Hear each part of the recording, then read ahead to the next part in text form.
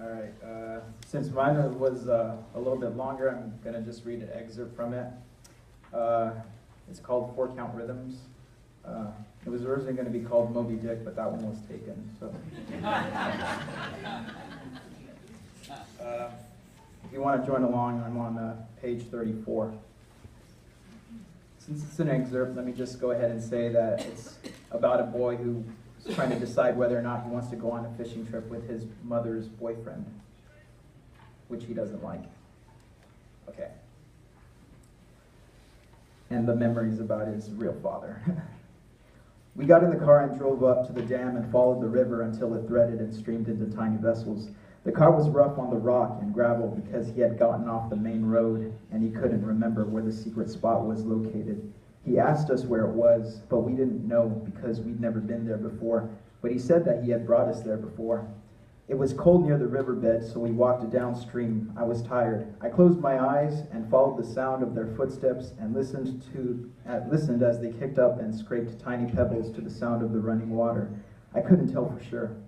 I followed and slept and followed again. When I opened my eyes, he and my brother were casting their lines into the current, and I watched the water as it carried the bait downstream. Dad asked me to join them, but I told him that I was cold and tired and waiting for the morning sun.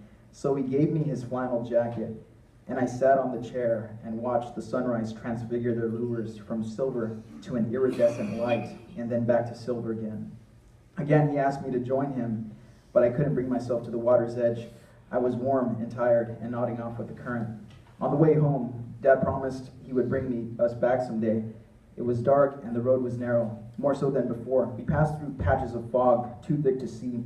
He turned off, hit the headlights, and we watched him and rode through blackness.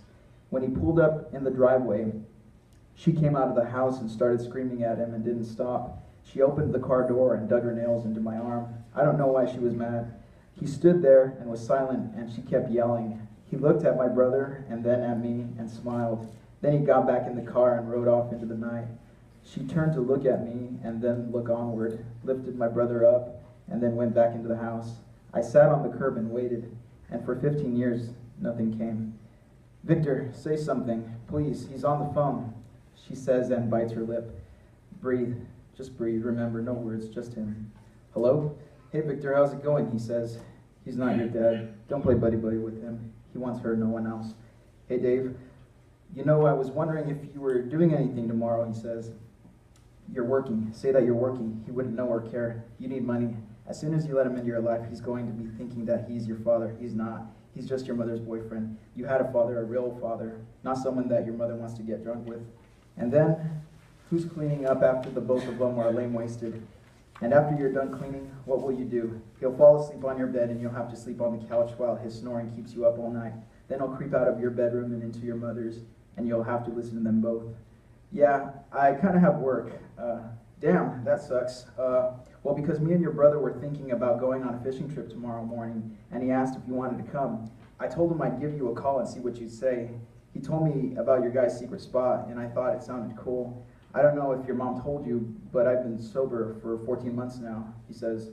Remember, silence. My head moves back in the maze. She stands and watches, waiting to break, waiting for me to give her one gentle tap, but I won't. Look, I know I did a lot of things that upset you guys in the past, but I'm a different person now, and I'm not trying to replace your dad. Trust me, I don't think anyone will. I just want you to know that I love your mother and that I'll never do anything to hurt her. It'd be nice if you were a part of that too. Your brother too, he says. Silence now. Could this really be different? No, he's still the same. I know this. He's telling me what I want to hear.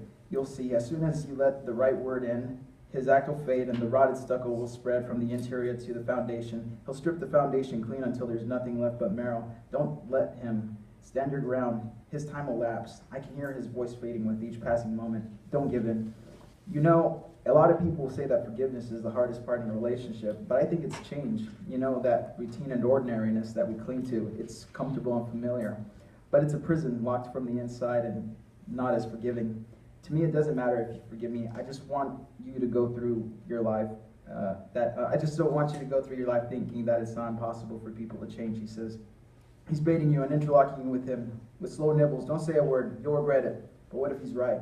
Have I locked myself inside the conjectures of my mind? Wouldn't It wouldn't matter anyway, would it? The fishing trip he wants to take is awash. The secret spot dried up years ago. I saw it.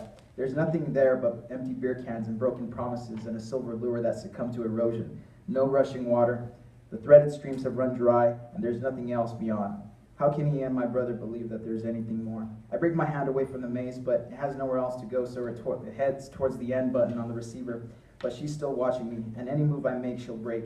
I close my eyes so she won't see, but when I do, I see my dad casting his line into a dried-up current that's strewn with broken beer bottles and cans of beer, lapidary but blinding. He turns to me and smiles against the blue of the sky, but I wait and say nothing. Then he opens his mouth to speak, and the gritty wind snatches his voice and carries it away, and then the rest of him follows.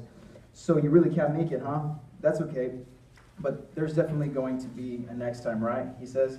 Do it gentle and slow, like you hit the end button accidentally. And if he calls again, leave the phone on busy. I fight it, but the voice from the inside starts to rise and churn. I have to say it because it's something I thought I ought to do.